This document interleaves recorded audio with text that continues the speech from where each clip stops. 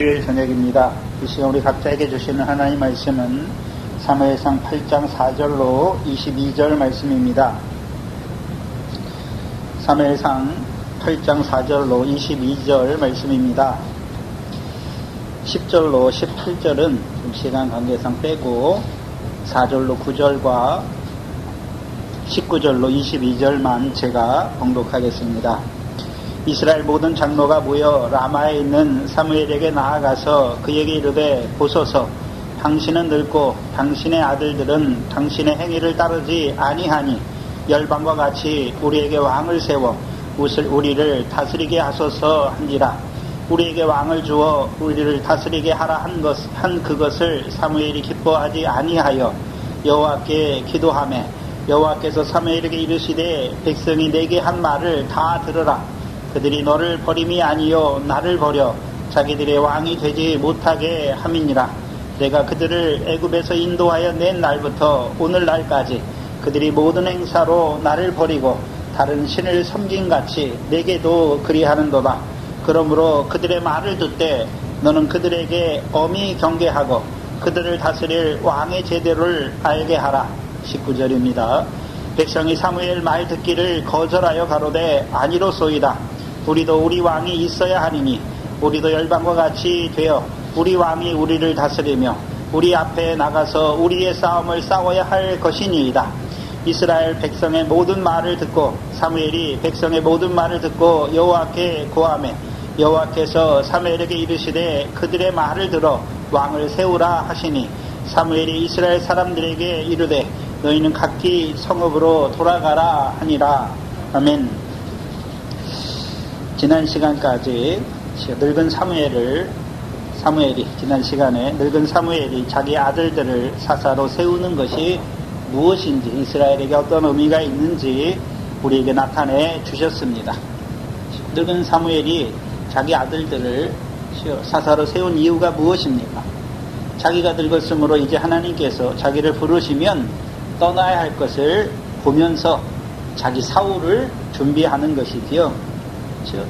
그래서 그 사사들로 말미암아 이스라엘 백성이 자기가 죽은 후에 또 돌이켜 여호와를 거역치 않도록 하기 위해서 브엘세바에서 자기 아들들을 사사로 세워서 이스라엘을 다스리게 하고자 한 것이었지요.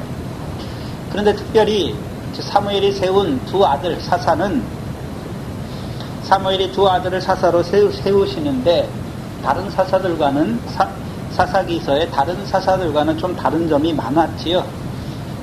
하나님께서 하나님의 백성을 위해서 사사를 세우실 때 대개는 지파를 구분했잖아요. 그런데 사무엘은 그 아들들을 사사를 세울 때 브엘세바라는 곳에서 자기 아들들을 사사로 세운 것이지요. 이는 그렇게 브엘세바에서 자기 아들들을 사사로 세운 이유가 무엇입니까? 사무엘이 해마다 백성을 다스렸잖아요. 베델과 길갈과 미스바에서 또한 라마에서 이스라엘 백성을 다스렸죠.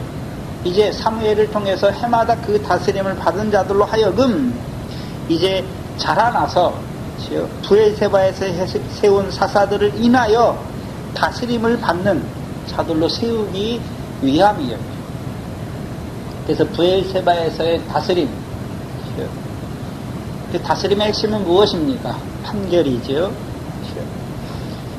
그래서 그 아들들을 사사로, 브엘세바에서 사사로 세운 것은 이제 브엘세바에서 이스라엘 백성을 다스리게 하기 위함이죠. 그럼 브엘세바에서 다스림은 무엇입니까? 먼저는 이스라엘로 창세기 21장에 아브라함의 브엘세바와 같이 영생하시는 하나님의 여호와의 이름을 부르는 자들로 세우는 것이지요. 그게 첫 번째예요. 그렇죠? 그래서 이스라엘 백성들로 하여금 그렇죠? 이제 창세기 26장부터 이삭이 브엘세바로 나아갈 때 우물을 파면서 나아가지요. 그래서 이스라엘 백성들로 하여금 브엘세바에 세운 그 사사를 통하여 이제 우물을 마시는 자들로 세우는 것이죠. 그리고 드디어는 그 브엘세바에서 7 우물, 곧 맹세의 우물을 마시는 자들로 세우는 것이죠. 그래서 그 우물을 먹는 자들이 누구를 부르는 것입니까? 영생하시는 하나님 여호와 이름을 부르는 자들로 세우기 위함이었죠. 나아가서 그 사사인 두 아들을 통해 이제 영생하시는 하나님 여호와의 이름을 부르는 자들을 재판하여서 그들로 하여금 선악을 분별하여서 이제 악에서 떠나 선을 행하는 백성으로 세우시기 위함이었죠. 그래서 두 가지, 사무엘을 통해서 두 아들을 브엘세바의 사사로 세우시는 것은 이제 이스라엘 백성으로 하여금 일곱 우물을 마시게 하여서 영생하시는 하나님 여호와의 이름을 부르는 자들로 세울 뿐만 아니라 이제 영생하시는 하나님 여호와를 불렀다고 다 되는 것입니까? 이제 그들로 하여금 선악이 무엇인지를 분별하게 하여서 이제 악은 끊고 악에서 돌이켜서 그 선을 쫓아 행하는 자들로 세우기 위하여 두 아들을 브엘세바에서 사사로 세운 것이에요. 그렇죠? 그렇다면 브엘세바에서 선악은 무엇입니까? 브엘세바에서 선은 그렇죠? 영생에 이르는 열매를 맺는 삶이 선이었죠. 그래서 오늘 묵도 시간에 읽어드린 것처럼 에베소 5장 9절 말씀 것처럼 빛의 자녀로 행하는 것이죠. 그래서 빛의 열매를 맺는 자들로 세우시기 위함이죠. 빛의 열매는 모든 착함과 의로움과 진실함이지요. 그래서 하나님의 백성으로 하여금 모든 착함, 착하다는 개념이 무엇입니까? 하나님의 말씀을 듣는 것이요. 착하고 좋은 마음으로 하나님의 말씀을 듣는 것이지요. 그 말씀을 듣지만 그렇게 살지 못하는 자신들을 보면서 하나님은 그렇죠? 경건치 아니한 자들을 의롭다 하시는 그 하나님의 의를 믿는 자들로 세우는 것이죠. 그래서 드디어는요 진실이죠. 열매를 맺는 자들로 세우는 것이죠. 그럼 브엘세바에서 악은 무엇입니까? 다른 악하고 달라요. 광야에서 이스라엘 백성의 선은 무엇입니까? 여호와가 하나님인 줄 아는 거예요. 여호와의 입에서 나오는 모든 말씀으로 사는 줄 아는 게 선이고, 그럼 광야에서 악은 무엇입니까? 애굽을 향하는 것이죠. 그래서 자기의 영광의 하나님을 풀먹는 소의 형상과 바꾸는 것이죠.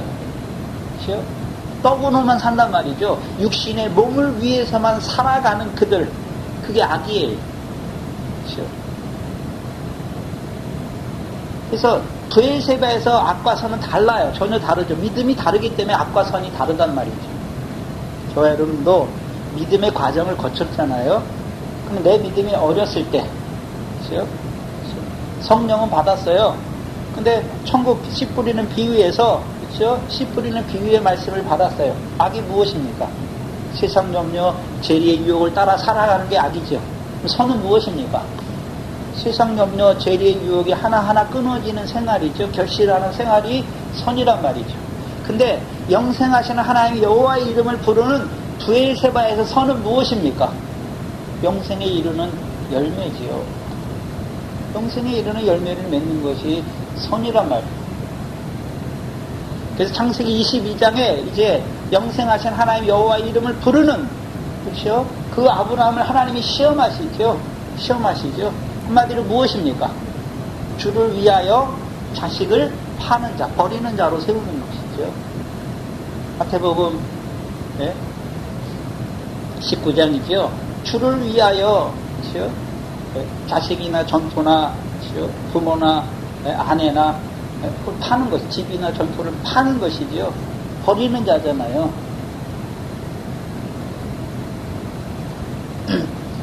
그래서 창세기 21장과 22장이 그걸 보여주잖아요. 이제 브엘세바에서 영생하신 하나님을 부르는 아브라함인데, 그렇죠? 그러니까 영생하신 하나님을 부르는 그 아브라함을 영생하는 자로 세워주시기 위해서 하나님이 아브라함을 시험하죠. 그래서 말씀을 인한 시험이에요. 그럼 아브라함에게 있는 시험이 무엇입니까? 영생하기를 바라보지만 영생하지 못하게 하는 요소가 무엇입니까? 하나님이 주신 아들을 자기가 사랑하는 독자로 키우고 있는 거죠. 물론 하나님이 주셨어요. 근데 문제는 무엇입니까? 아브라함이 사랑하는 독자 이삭으로 키우는 것이죠. 그 아들을 버리지 못했단 말이죠. 팔지 못했다는 것이죠. 소유를 팔지 못했다는 것이죠. 그러니까 자기 아들로, 하나님이 주셨지만 자기 아들로 사랑하는 것이죠. 그래서 모리아 산에서 하나님이 무엇을 끊어주십니까? 모리아 산에서 예비하신 한 순양을 통해서 하나님께서 보내실 하나님의 아들을 속건 제물로 드리심을 통하여 버리게 하시는 것이죠. 하나님은 하나님의 백성을 사랑하여서 자기 아들을, 죄 없는 자기 아들을 십자가에 죽이시기까지 우리를 사랑하신 것이죠. 그렇다면 우리가 그 사랑을 깨달으면 우리도 뭘 팔게 되는 것입니까? 내가 사랑하는 아들이 아니라 하나님이 사랑하는 이삭이죠. 누구를 주시기까지요? 그 아들을 내어 주시기까지 사랑한 이삭으로 보게 된단 말이죠. 그게 선이에요. 근데 저와 여러분의 문제가 무엇입니까? 분명히 하나님의 자녀라는 것은 알아요. 그렇죠? 그런데 내가 사랑하는 것이죠. 하나님의 자녀를 내가 사랑하는 것이죠. 근데 내가 내 자녀를 내가 더 사랑합니까? 하나님께서 더 사랑하십니까? 하나님께서 더 사랑하시죠. 하나님께서 그 독생자를 주시기까지 사랑하신 아들이에요. 그런 아들로 볼 때 이제 내 아들입니까? 하나님이 그 하나님의 독생자를 죽이시기까지 십자가에 내어주심으로 핏값으로 사신 아들입니까? 그 아들을 바라볼 줄 알아야 이제 소유를 팔게 되는 것입니다.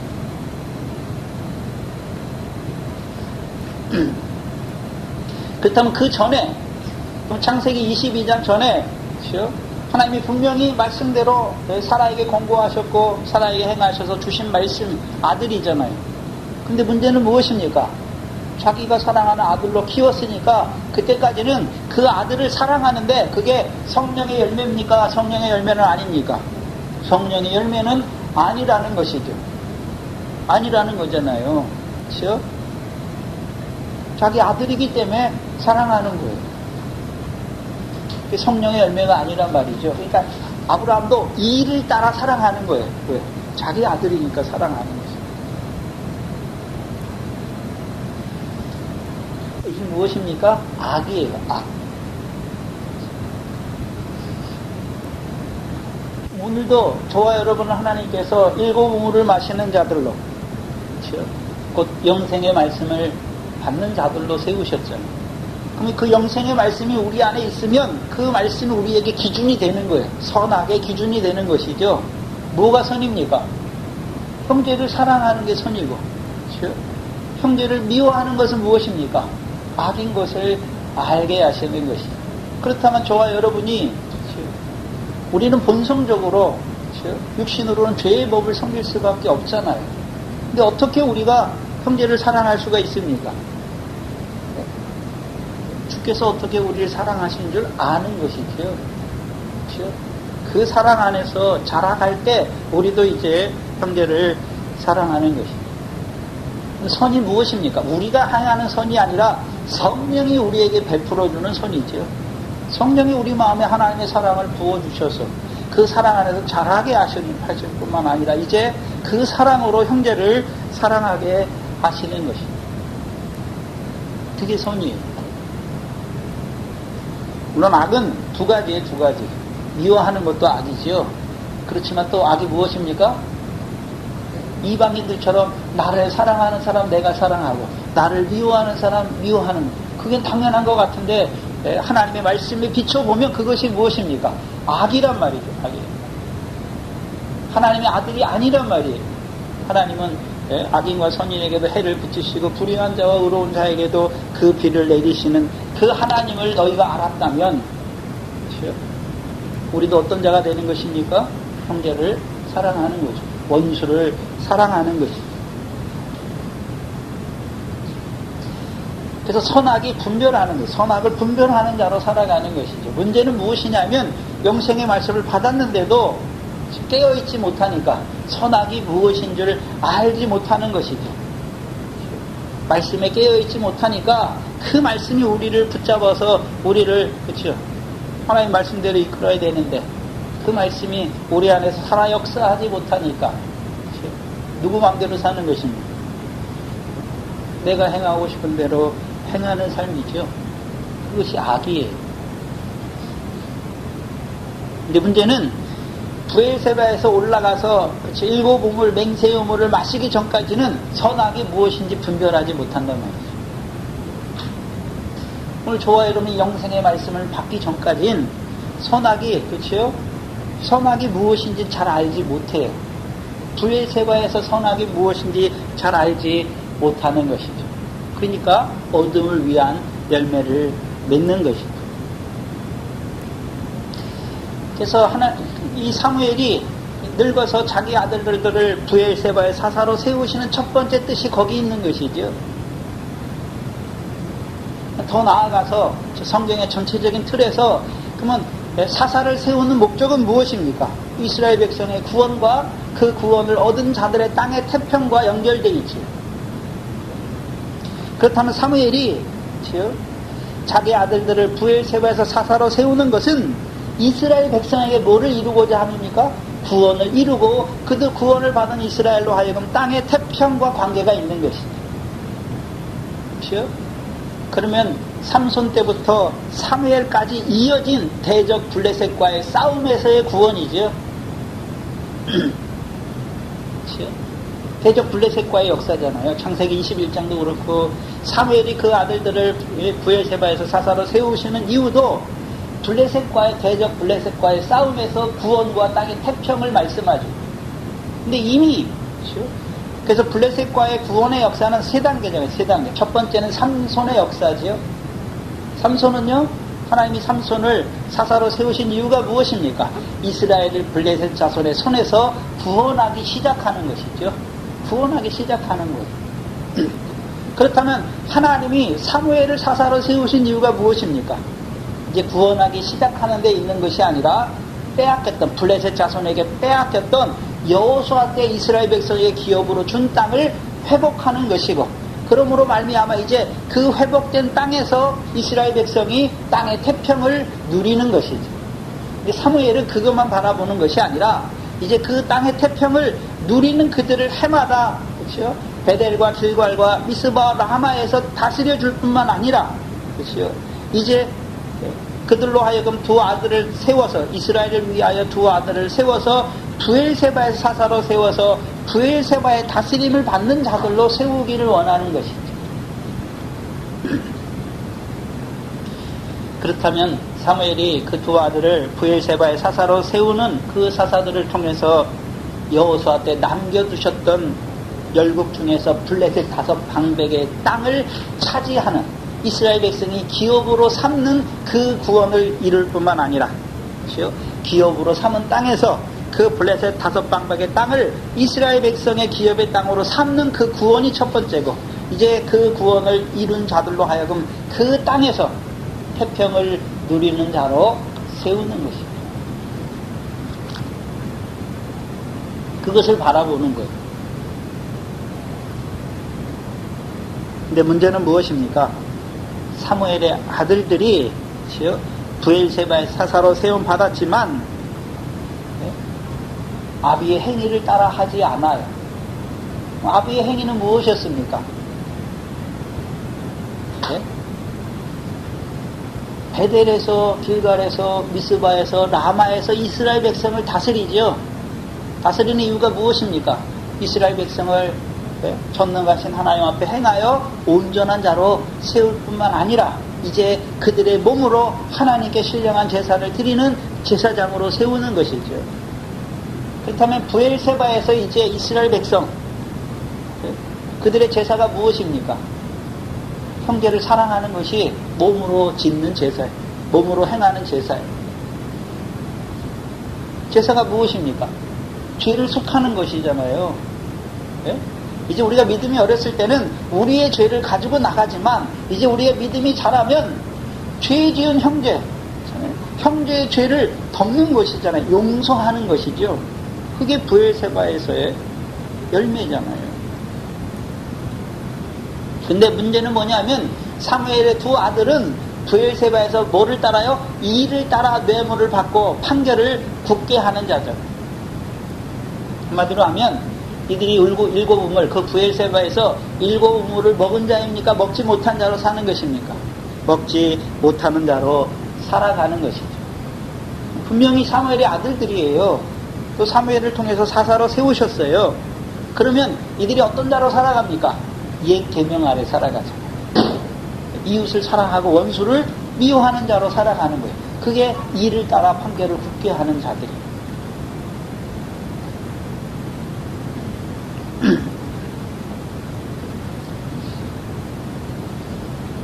그래서 우리가 생각해 봐야 되는 것은 사사로 세우심을 받은 사무엘의 두 아들들이 만약에 그 아비 사무엘처럼 그렇죠?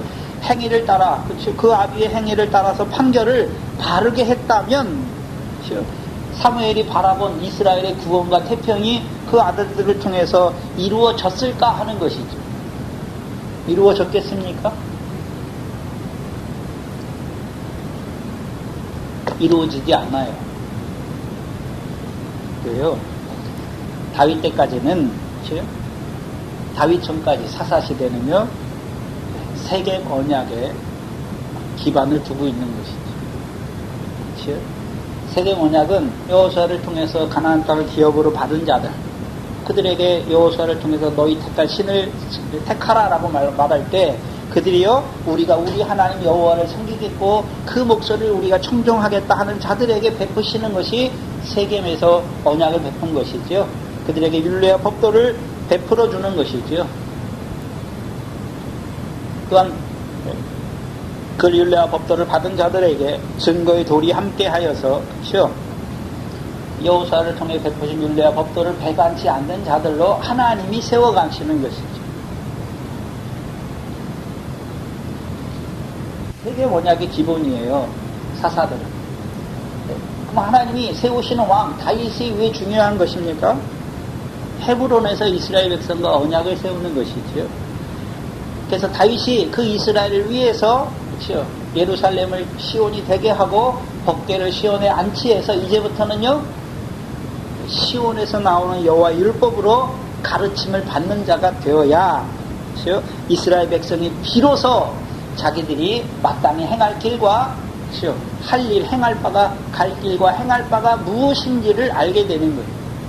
지금 이스라엘 백성은 그 세겜 언약에서 여호수아를 통해서 베풀어 주신 그 율례와 법도를 받은 자들, 그래서 사무엘을 통해서 그렇죠?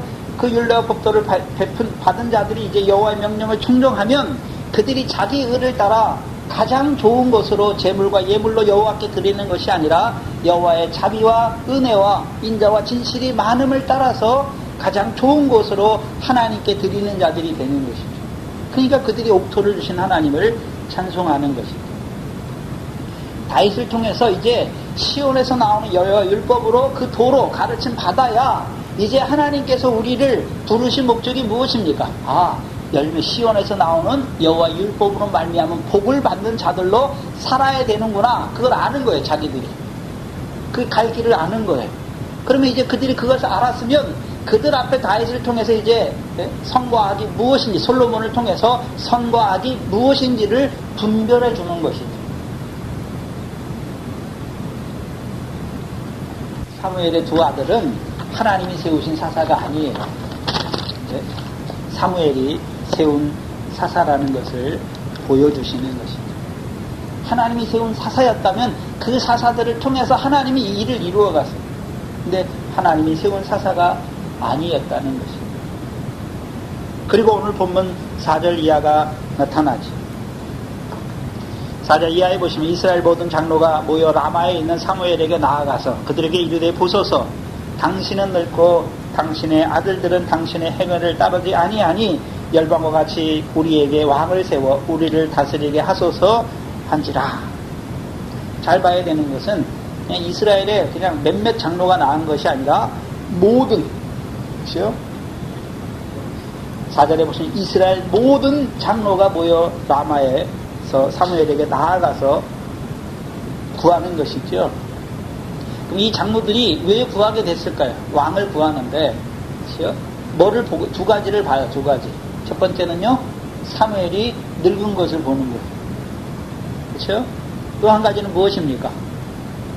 사무엘이 그 아들들을 사사로 세웠는데 사무엘의 행위처럼 하지 않아요. 그 두 가지를 보기 때문에 이제 자기들을 위해서 왕을 구하는 것입니다. 그렇다면 왜 이스라엘의 모든 장로들은 왕을 구하는 자들이 되었을까요? 사무엘이 죽은 다음을 염려하는 것이죠. 사무엘이 늙었잖아요. 그렇죠? 그러니까 이제 사무엘을 하나님이 데려가시면, 그렇죠? 사무엘 7장 13절에 보시면 하반절에 사무엘상 7장 13절 하반절이잖아요. 여호와의 손이 누구의 사는 날 동안이요? 사무엘의 사는 날 동안 누구를 막으셨습니까? 블레셋을 막았잖아요. 그럼 이제 사무엘이 죽으면 블레셋이 당장 어떻게 할 겁니까? 쳐들어오는 것이죠.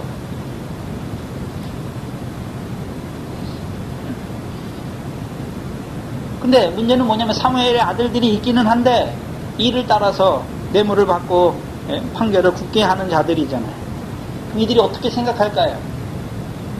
다시금 엘리 시대처럼 그렇잖아요. 엘리의 두 아들들이 타락하잖아요. 그러니까 하나님의 백성이 법궤도 빼앗기고 혼란에 떨어지는지 아니할까 염려하는 것이죠. 하나는 9절에 보시면 왕의 제도가 나오죠. 그렇죠? 이스라엘 모든 장로들이 원하는 것이 무엇입니까? 왕의 제도예요. 왕의 제도.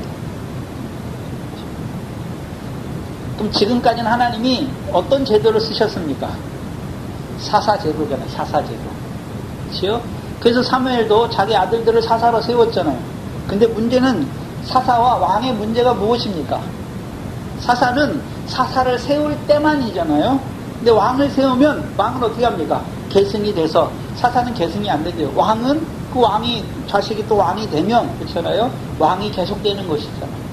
뭐 어떤 제도를 바라고 있습니까? 왕의 제도를 바라보는 것입니다. 그런데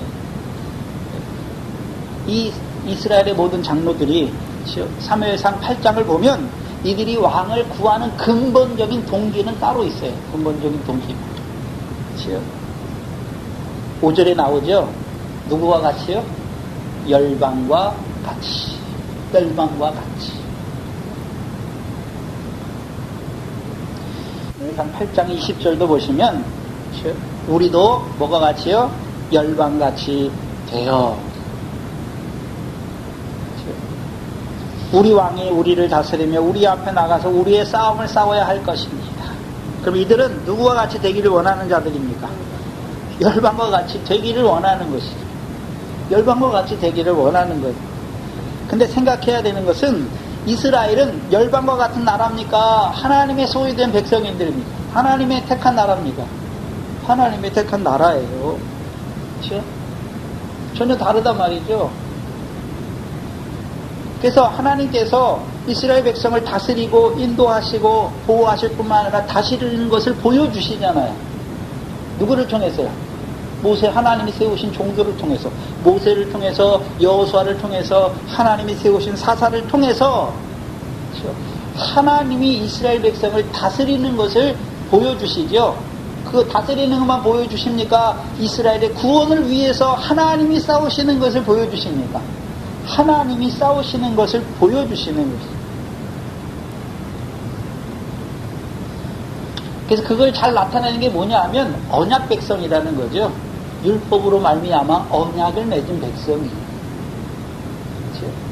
그래서 우리가 잘 아는 출애굽기 19장에 모세를 통해서 이스라엘 백성으로 하여금 율법으로 언약을 맺는 이유가 무엇입니까?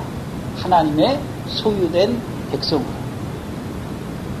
그래서 하나님께서 다른 열방을 하나님의 소유된 백성으로 부르신 것이 아니에요. 다르단 말이죠. 근본적으로. 그렇죠? 두 번째는요. 제사장 나라로, 세 번째는 거룩한 백성으로 살게 하시기 위해서.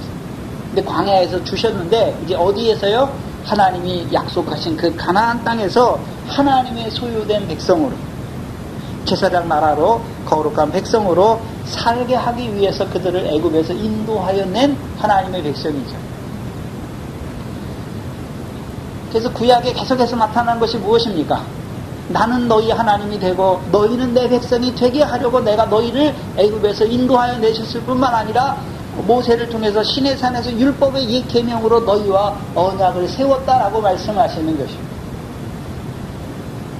그래서 그들로 하여금 그 가나안 땅에서 하나님의 소유된 백성으로 제사장 나라로 거룩한 백성으로 살게 하여서 그들로 조상들에게 약속하신 가나안 땅을 영원한 기업의 소유로 얻는 자들로 세우기 위함이죠. 영영한 언약의 후사로 세우기 위함. 이스라엘 백성은 누구처럼 되기를 원합니까? 열방과 같이 되기를 원하는 것입니다. 그럼 살펴봐야죠. 그럼 그것이 이스라엘 모든 장로들의 욕망입니까? 이스라엘 백성의 마음도 똑같겠습니까? 이스라엘 백성의 마음도 똑같은 거예요.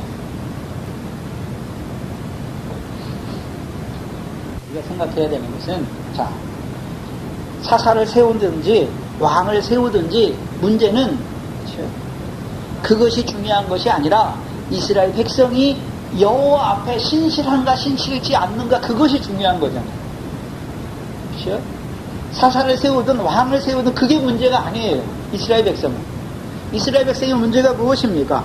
자기들이 여호와의 명령을 청종하는지 청종하지 않는지, 그것이 문제지, 사사 제도든지 왕의 제도든지 이거는 전혀 문제가 안 된단 말이죠. 근데 이스라엘 백성이 지금 간과하는 것이 무엇입니까? 자기들이 여호와의 언약 백성이라는 것을 간과하는 거예요.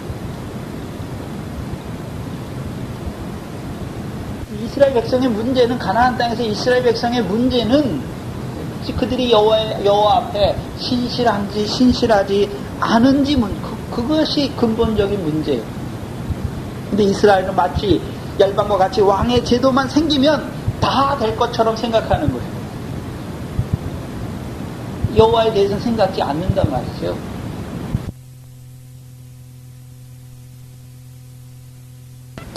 하나님이 사무엘을 세웠죠. 그럼 사무엘을 통해서 주신 말씀을 온전히 붙들고 있으면, 여호와만 섬기는 자가 되면, 그렇죠? 대적이 넘어와도 누가 지키십니까? 여호와께. 사무엘이 중요한 게 아니에요. 사무엘을 통해서 우리가 누구 백성이라는 걸 알게 하십니까? 여호와의 백성이니까 우리가 누구만 섬겨야 되는 것을 알게 하시는 것입니까? 여호와만 섬겨야 되는 것을 알게 하는 거예요. 근데 이 백성들은, 그렇죠? 사사가 아니라 왕의 제도를 세우면, 왕만, 열방과 같이 왕만 세우면 우리가 이 땅에서 편안할 것이다, 그걸 바라보는 자들이란 말이에요.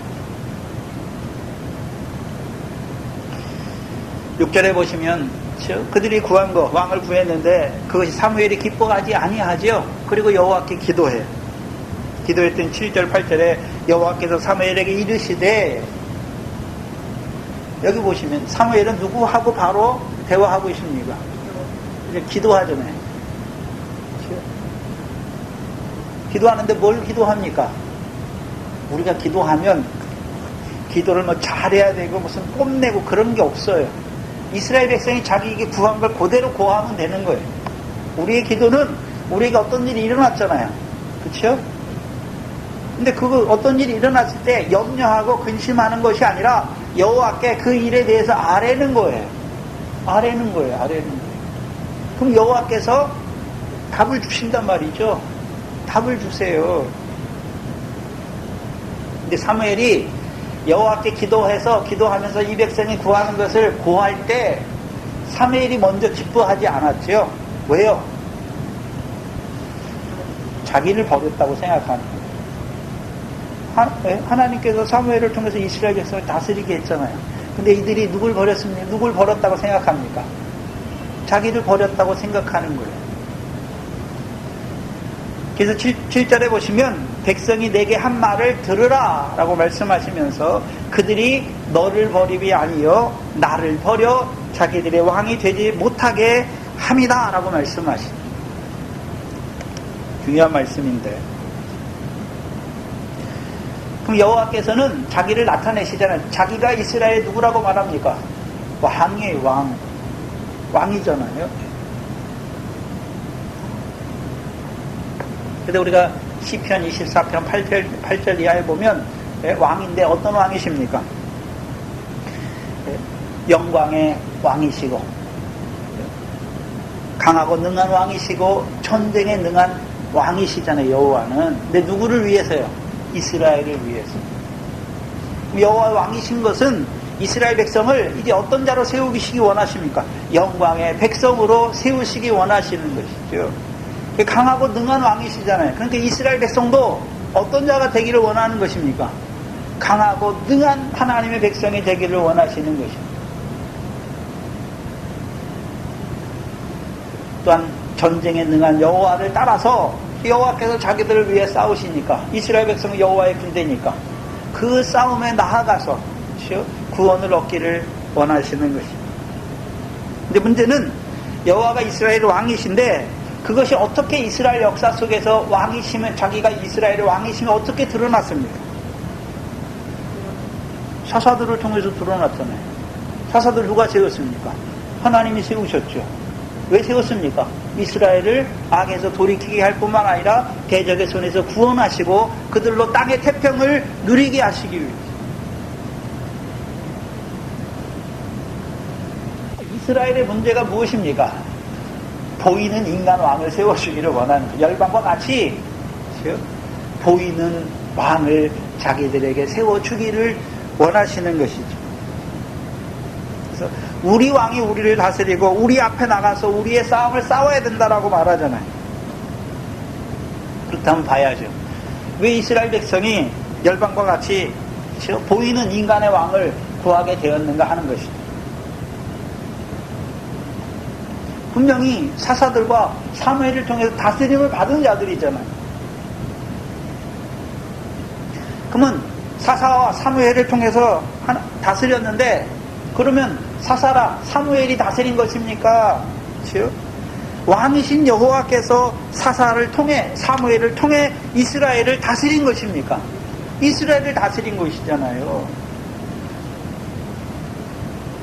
또한 사무엘이 구원했습니까? 여호와께서 그 대적의 손에서 이 대적과 싸워서 이스라엘을 구원한 것입니까?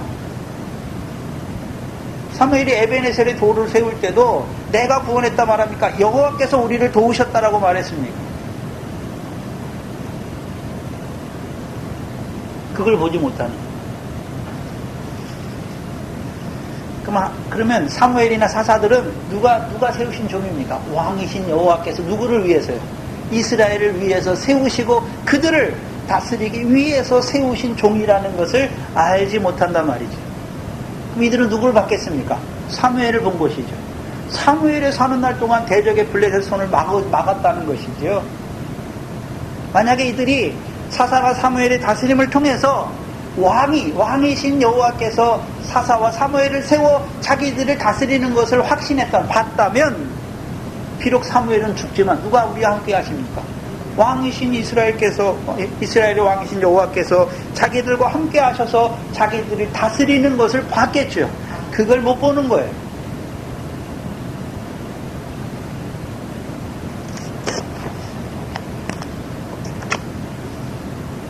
그걸 보지 못한단 말이죠.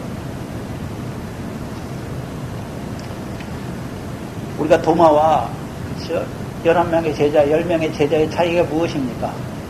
보고 믿는 자하고 보지 않고 믿는 자는 속되다 하는 것입니다. 보기를 원하는 거예요, 눈으로. 근데 믿음은 보이지 않는 것에 실상이죠. 보이지 않는 것이죠. 근데 우리는 늘 보이는 것을 원하죠. 그런데 보시면 내가 그들을 애굽에서 인도하여 낸 날부터 오늘날까지 그들의 모든 행사가 나를 버리고 다른 신들을 섬긴 같이 내게도 그리하는도다. 또 왕이신 여호와께서 이스라엘 백성에게, 그렇죠, 다스림을 계속해서 나타내는데도 불구하고 이스라엘 백성의 삶이 무엇입니까? 행위로, 말로는 우리가 여호와를 섬기겠다 하고 말하는데 행위로 여호와를 버리는 자들이죠. 행위로 여호와를 부인하는 자들. 근데 문제는 내게, 그렇죠, 사무엘에게 내게도 그리한다라고 말하는 것이죠. 내게도 그리한다라고 말하는. 중요한 게 여기 있는 거예요. 그럼 사무엘에게도 그리한다라는 의미가 뭘까요? 하나님이 사무엘을 통해서 블레셋 자손의 손에서 구원할 뿐만 아니라 땅의 태평을 누리게 하시고 사무엘을 통해서 해마다 베델과 길과가 미스바와 라마에서 다스렸음에도 불구하고 이들이 누구를 버렸습니까? 사무엘을 버렸다는 것이죠. 그러면 사무엘의 다스림의 핵심이 무엇이었습니까? 이스라엘 백성들로 하여금 사무엘 앞에서 살아가게 하는 것입니까? 전능한 하나님 앞에 행하여 온전한 자로 살아가게 하는 것입니까? 그걸 버린 거예요. 행위로 부인한 거예요. 사무엘의 다스림을 받는다고 했지만 전능한 하나님 앞에 행하지 않는 자들이란 말이죠. 그 사무엘이 해마다 다스림의 핵심이 무엇입니까? 이스라엘 백성으로 하여금 자기 앞에가 아니에요. 여호와 앞에, 전능하신 하나님 앞에 행하여 온전한 자로 세우기 위한 다스림이잖아요. 근데 그걸 다 저버린 거예요. 그러면 사무엘이 해마다 다스렸던 그 다스림이 헛것이 되는 것입니다. 만약에 이들이 사무엘의 다스림을 온전히 받았더라면 사무엘은 죽더라도 자기는 누구 앞에 있습니까? 전능하신 하나님 앞에 있는 것이죠. 그래서 왕이신, 근데 왕인데 어떤 왕입니까? 전능하신 왕이신 그 하나님 앞에 행하여 온전한 자들이 되니까 그 왕은 영광의 왕이고 강하고 능한 왕이고 전쟁에 능하신 왕의 다스림을 받는 것이니까 그 왕의 다스림을 받는 자들이 되었을 것이다. 그러면 아무 걱정이 없었을 것이다. 그다음에 열방과 같은 왕을 구하지 않았을 것이다. 다스림을 받으면서도요, 행위로는 부인하는 자들이 됩니다. 목회자들이, 저도 목회자지만, 제가 여러분을 내 말을 들으라가 아니라, 말씀을 통해서 삼위 하나님이 누구고, 그 하나님 앞에 선자로 살아가는 자들로 세우는 그게 중요한 것이죠. 다른 게 중요한 게 아니에요. 저와 여러분은 하나님께서 그 아들을 통해서 우리를 백성으로 부르셨을 뿐만 아니라 오늘도 성령의 전으로 세우셔서 그 성령이 우리에게 하시는 그 세미한 음성을 듣는 자로 살아가게 하시는 것이죠. 그게 중요한 거예요. 9절 이하에 보면은 분명히 이들이 왕이신 여호와를 버림에도 불구하고 사무엘에게 뭘 말씀합니까? 백성의 말을 들으라 말하는 거예요. 장로들의 말을 들으라 하시는 것이죠. 이상해요, 참.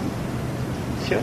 왕이신 하나님을 버렸는데 오히려 하나님께서 뭐라고 말씀합니까? 그들의 말을 들으라. 9절에 보시면, 근데 그들의 말을 듣는데 전제가 있어요. 전제가, 조건이 있죠. 그들에게 뭐 하라고요? 엄히 경계하는 거예요. 엄히 경계하는 거예요. 그리고 그들을 다스릴 왕의 제도를 알게 하는 것이죠. 그렇다면 10절로 18절은 무슨 말씀입니까? 왕의 제도를 알게 하지만 경계하시는 말씀이죠. 경계하시는 말씀이에요. 그럼 하나님은 왕의 제도 자체를 구했다는 게 문제입니까? 이스라엘 백성의 중심이 문제입니까? 왕의 제도는 있어야 돼요. 근데 그들의 중심이 어떻습니까? 열방과 같이 되기를 원한단 말이에요. 이미 하나님께서는 창세기 17장에서도 아브라함에게 너의 후손 중에 열왕이 날 것을 말씀했고, 창세기 49장에 실로에 대해서 예언해 주셨고, 신명기에서 모세를 통해서 이미 왕의 제도에 대해서 말했어요. 또한 가깝게는 사무엘상 2장 10절에 한나의 기도를 통해서 하나님이 세우실 왕에 대해서 말씀해 주셨단 말이에요. 근데 이스라엘의 문제는 뭐냐 하면 하나님이 주시는 왕을 구하는 것이 아니라요, 열방과 같은 왕을 구하는다는 데 있는 것이죠. 그거 안에 내포된 것이 무엇입니까? 여호와가 자기들의 왕이심을 부인하는 거예요. 저버리는 거예요. 보이는 왕을 구하잖아요. 그것의 중요 요점이 뭐냐면, 출애굽 때 금송아지 사건이 있잖아요. 금송아지 왜 만들게 됐습니까? 모세가 산에 올라갔는데 더디 내려오는 거예요. 그러니까 모세가 없다. 그러니까 아론이 가서 뭐라 합니까? 우리를 위하여, 우리를 인도할 신을 우리를 위하여 만들라라고 말하는 거예요. 그럼 이제 하나님이 세우신 사무엘이 어디 갈 거예요. 이제 늙었으니까 이제 죽잖아요. 그러니까 사무엘에게 와서 구하는 것이 무엇입니까?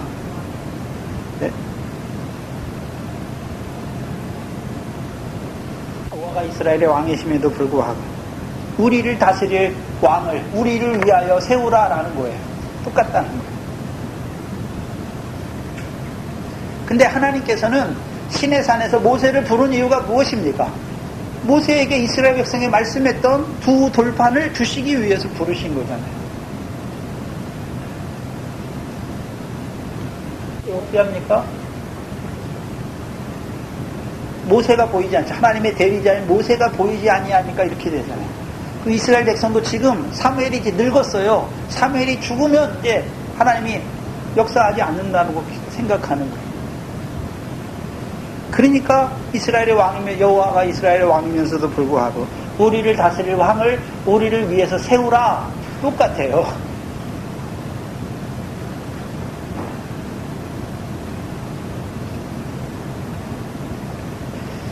그래서 이들이 구하는 왕은, 그래서 사무엘이 경계하는 것, 엄히 경계하는 것은 10절로 18절은 이스라엘 백성이 구하는 열방의 왕의 제도가 무엇인지를 지금 나타내 주는 거예요. 보시면 11절에 가로되 너희를 다스릴 왕의 제도가 일어나니 그가 너희의 아들들을 취하여 병거와 말을 어겁게 하리니 그들이 그 병거 앞에서 달릴 것이며 또 그가 또 너희 아들로 1000부장과 50부장을 삼을 것이며 자기 밭을 갈게 하고 자기 추수를 하게 할 것이며 자기 병거와 자기의 병거의 제구를 만들게 할 것이고 또 그가 또 너희 딸들을 취하여 향료 만드는 자와 요리하는 자와 떡을 굽는 자를 삼을 것이며 그가 또 너희 밭과 포도원과 감람원의 제일 좋은 것을 취하여 자기 신하들에게 줄 것이며 그가 또 너희 곡식과 포도원의 소산의 11조를 취하여 자기 관리와 신하에게 줄 것이며 그가 또 너희 노비와 가장 아름다운 소년과 나귀들을 취하여 자기 일을 시킬 것이며 너희 양떼의 10분의 1을 취하리니 너희가 그 뭐가 되겠다라고 말합니까? 종이 되죠. 왕의 제도를 말하는데 10절에서 17절의 왕의 제도는 지극히 세상적인 왕, 열방과 같은 왕의 제도를 지금 말해주는 거예요. 열방의 왕은 한마디로 백성을 섬기는 왕입니까? 백성에게 빼앗아 자기를 위해서, 그렇죠? 자기의 군대, 자기의 병거 들린 자, 자기 향신료를 만드는 자, 자기 뭐를 위해서 착취하는 왕이에요. 착취하는 왕. 그렇죠? 왜요? 자기 편하게 살려고. 누가복음을 한번 보시면 누가복음 22장에 보시면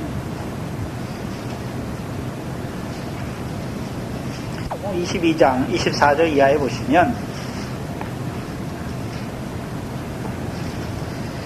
너희 중에 또 저희 중에 저희 사이에 그 중에 누가 크냐 하는 다툼이 난지라. 여기 제자들 중에 누가 크냐 하는 다툼이 된 것이죠. 예수께서 이르시되 그들의 그 다툼하는 자들에게 누가 크냐 하는 다툼하는 자들에게 이방인의 임금들은 저희를 주관하며 그 집권자들은 은인이라 칭함을 받으나 너희는 그렇지 아니하니 너희 중에 큰 자는 젊은 자와 같고 두목은 섬기는 자와 같을지니라. 앉아서 먹는 자가 크냐 섬기는 자가 크냐 앉아 먹는 자가 아니냐. 그러나 나는 섬기는 자로 너희 중에 있노라 말씀하시죠. 예수님 지금 왕이시잖아요. 그렇죠? 예수님은 어떤 다스림입니까? 섬기는 것이죠. 근데 제자들은 자기들에게 주신 권세를 가지고 뭐하고자 하는 것입니까? 이방 집권자들처럼 이방의 왕들처럼, 그렇죠? 자기가 더 크고자 하는 자들이란 말이에요. 근데 예수님은 지금 예루살렘의 왕으로 죽으러 가시는데 왜 죽으러 가는 것입니까?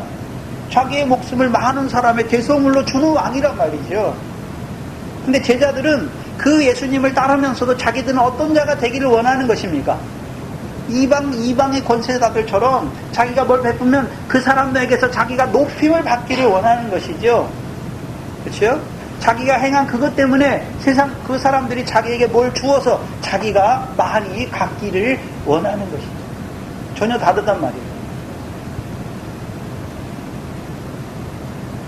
어디가 하면 백성을 위한 왕인지 아니면 백성을 착취하는 왕인지.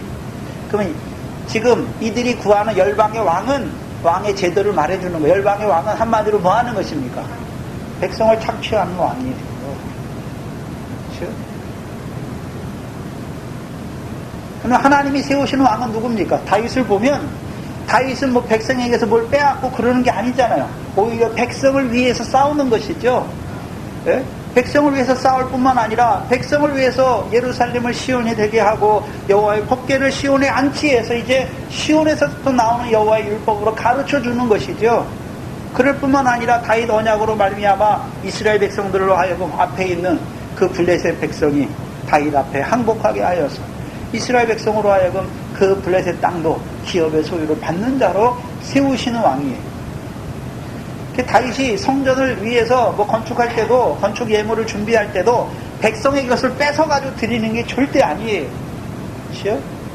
하나님이 주신 거 가지고 드리고 백성들도 뭐합니까? 백성들도 자원하는 마음으로 하나님이 주신 것을 하나님 앞에 드리는 자들로 세우는 것이란 말이죠.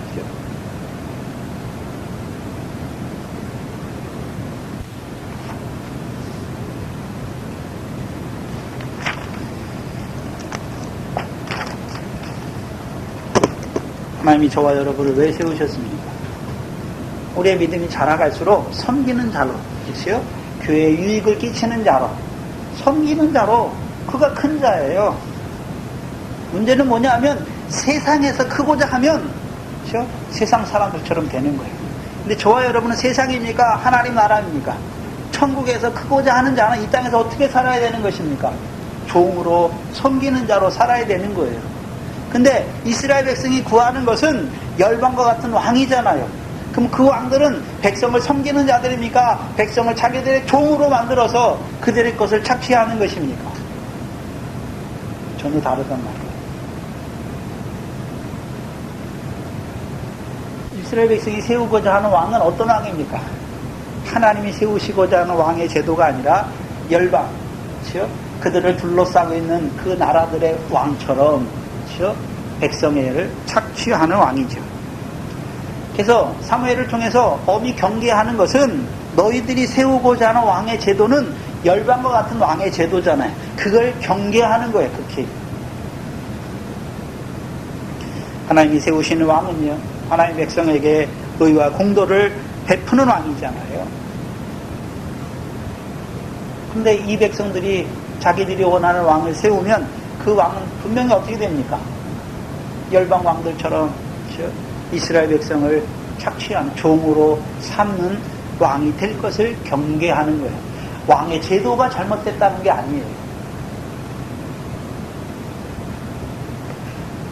18절에 보시면 그날에 너희가 세운 왕이 너희를 착취할 그때에 종으로 세울 때에 너희가 너희의 택한 왕을 인하여 부르짖되 여호와께 부르짖는 것이죠. 그날에 여호와께서 너희에게 응답지 아니하리라 말씀하시는 것입니다.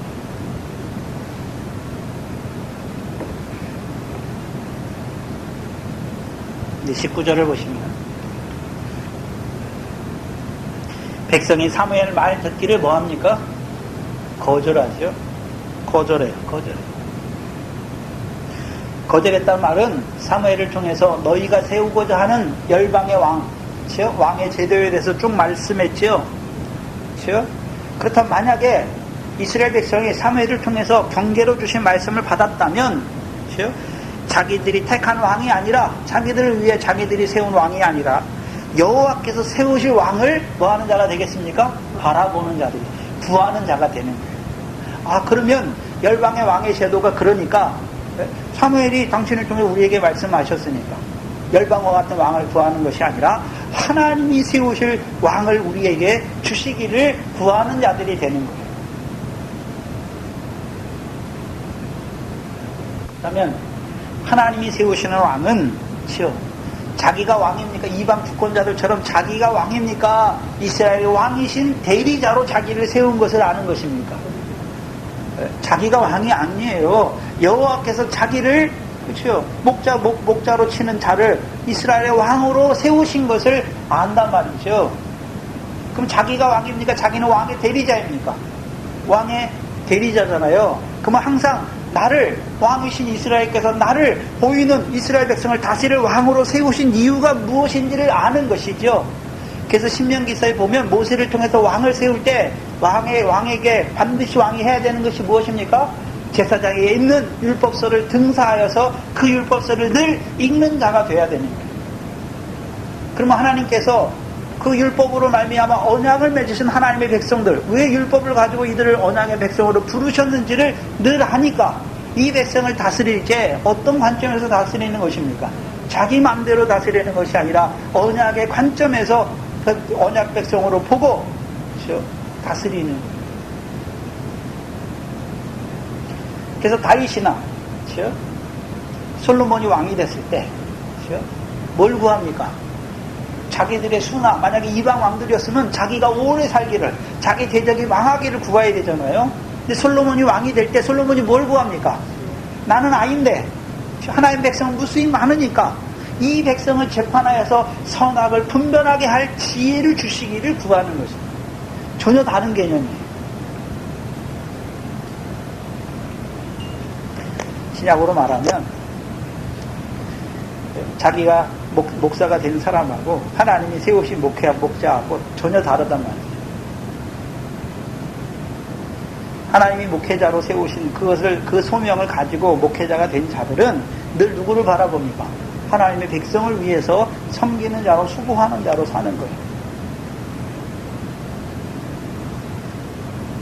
이 문제는 사무엘의 경계를 거절해요. 이들이 거절했다는 말은, 거절하고서 이제 아니다, 우리도 열방과 같이 우리에게 왕이 있어야 된다라고 말하잖아요.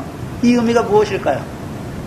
이방 왕들처럼, 열방 왕들처럼 우리들 위해 군림해도 좋으니까, 우리를 종으로 삼아도 좋으니까, 그렇죠? 뭐만 이루어주면요? 20절이죠. 열방과 같이, 우리도 열방과 같이 되어 우리 왕이 우리를 다스리며 우리 앞에 나가서 우리의 싸움을 싸워야, 우리를 위해서 싸우기만 잘해준다면, 그렇죠?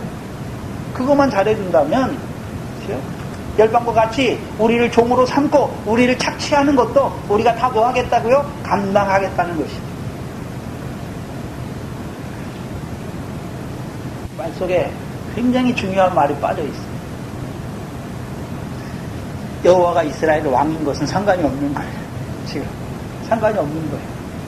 그럼 상관이 없는 이들이 열방과 같이 왕을 세워서 우리를 다스리고 우리를 위한 싸움을 먼저 나가서 싸운다는 의미는, 그럼 여호와께서 세우시는 왕은 이스라엘 백성이 왕이신 여호와께서 이스라엘 백성이 이루어가는 구원을 위해서 싸우는 거잖아. 그럼 이들이 구하는 왕은 열방과 같은 그냥 전쟁이 없는 육신적인 평안만 바라보는 그 왕을 구하는 거예요. 만약에 이스라엘 백성이 왕이신 여호와께서 세우시는 왕을 구했다면 그 왕은 이스라엘 백성이 뭐를 이루어갑니까? 구원을 이루어가는 왕이죠. 그렇죠? 여호와께서 분명히 여호수아 때 말씀하신 남겨두신 그 열국의 땅을 자기들의 기업의 소유가 되게 하기 위해서 사울 왕을 구했을 거란 말이죠. 열방과 같은 왕을 구하는 게 아니란 말이죠. 문제는 무엇입니까? 왕이신 여호와를 버렸다는 거예요. 그러니까 이들이 뭘 바라보는 것입니까? 이 여호와께서 이스라엘 백성에게 주고자 하는 그 땅, 열국의 땅을 바라보는 자들이 아니라, 그렇죠? 이미 이들은 블레셋 백성에게 빼앗겼던 성읍을 다 회복했어요. 여호수아 때 주신 성읍은 다 회복했잖아요. 그럼 회복했으니까 끝났습니까? 남겨주신 열국의 땅도 기업의 소유로 받아야 되는 것입니다. 기업의 소유로 차지해야 되는데 그 싸움은 없는 거예요. 그리고 이제 우리에게 주신 땅을 보호할, 그렇죠? 대적이 들어와도 또 싸울까봐 보호할, 그 싸울 할 왕만 구하는 거예요. 여기 구하는 왕은요, 단지 이방 대적의 손에서 자기들을 구원하여서 그 육신적인 평안만을 이루어줄 왕을 구하는 것입니다. 21절, 22절 보시면 사무엘이 백성의 모든 말을 듣고 여호와께 구하매 여호와께서 사무엘에게 이르시되 그들의 말을 들어 왕을 세우라 하시니.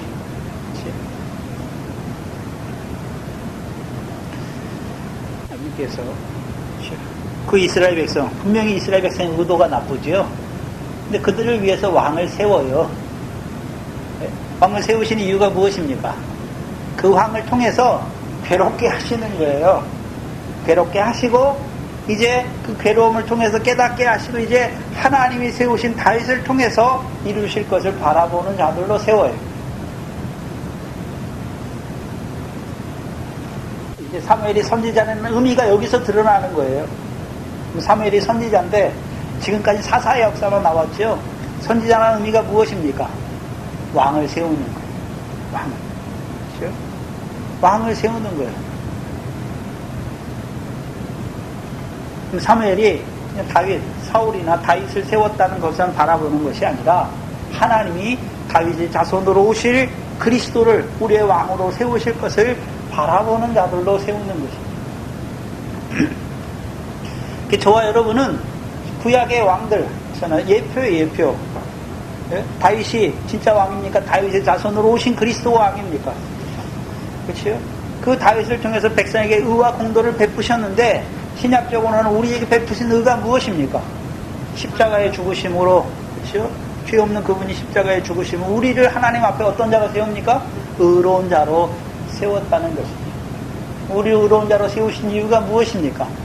우리를 사랑하신 것처럼 우리도요 형제를 사랑하는 자로 세우시기 위함이죠. 그럼 저와 여러분이 이제 오늘 왕의 다스림을 받는다는 의미가 뭘까요? 늘 그 십자가 앞에 살아가는 것이죠. 그 십자가의 대속의 은혜 안에 살아가는 것이죠. 참포도나무의 가지로 살아간다는 거예요. 새 언약의 백성으로 살아가는 것입니다. 왕의 백성으로 살아가는 거예요. 그 왕의 백성이니까 유대인의 왕으로 죽으신 그 십자가 앞에 늘 나가는 것이죠. 그렇다면 이제 그 십자가 앞에만 나갑니까? 부활하셔서 우리의 왕이 되셨잖아요. 그 왕의 다스림을 받는 자가 되는 것입니다. 그게 저와 여러분의 왕이에요. 그렇다면 저와 여러분은 이스라엘 백성들처럼 하나님께서 그 아들을 우리의 왕으로 세우신 것을 알지 못하면 우리는 어떤 자들이 될까요? 예수 믿어서, 그렇죠? 세상에서 열방과 같이 세상에 속한 자들과 같이, 그렇죠? 그걸 바라보는 것이죠. 전혀 다른 메시아죠. 육적 이스라엘이 왜 그리스도가 오셨는데도 믿지 않습니까? 자기들이 바라보는 그리스도하고 전혀 다른 것이죠. 달라요. 그러니까 오히려 하나님의 아들을 십자가에 죽이는 자들이 돼요. 그럼 오늘도 하나님의 아들을 분명히 보내셨고 십자가에서 우리를 위해 죽으신 왕이 있고 오늘도 부활하셔서 보좌 우편에 앉아 계신데, 그렇죠? 어떤 왕을 바라보고 있습니까? 그 왕이 십자가에 죽으시고 부활하신 것은 우리로 하여금 이 땅에 사는 날 동안 이 세상의 평안을 주시기 위함입니까? 그게 아니란 말이죠. 우리로 하여금 하나님 나라 백성으로 세우실 뿐만 아니라 이제 그 유업을 바라보는 자로 세우고 오늘도 이제 이 땅에 살지만 이 세상에 속한 자가 아니라 세상에서 주의 왕이신 주의 택하심을 입은 자로 이제 위의 것을 바라보는 자로 살게 하시려고 우리를 왕의 백성으로 택하신 거예요. 근데 문제는 뭐냐면 우리가 주의 택함을 받고도 세상 사람들처럼, 그렇죠? 그 세상이나 세상에 있는 것들을 사랑하는 자로 살아가는 데가 그것이 문제라는 거죠. 이건 우리에게 그림자로 주신 것이잖아요. 그러면 사무엘 때만, 그렇죠? 열방과 같은 왕을 구하는 자들을 바라보지 마세요. 오늘도, 그렇죠? 우리가 주의 택함을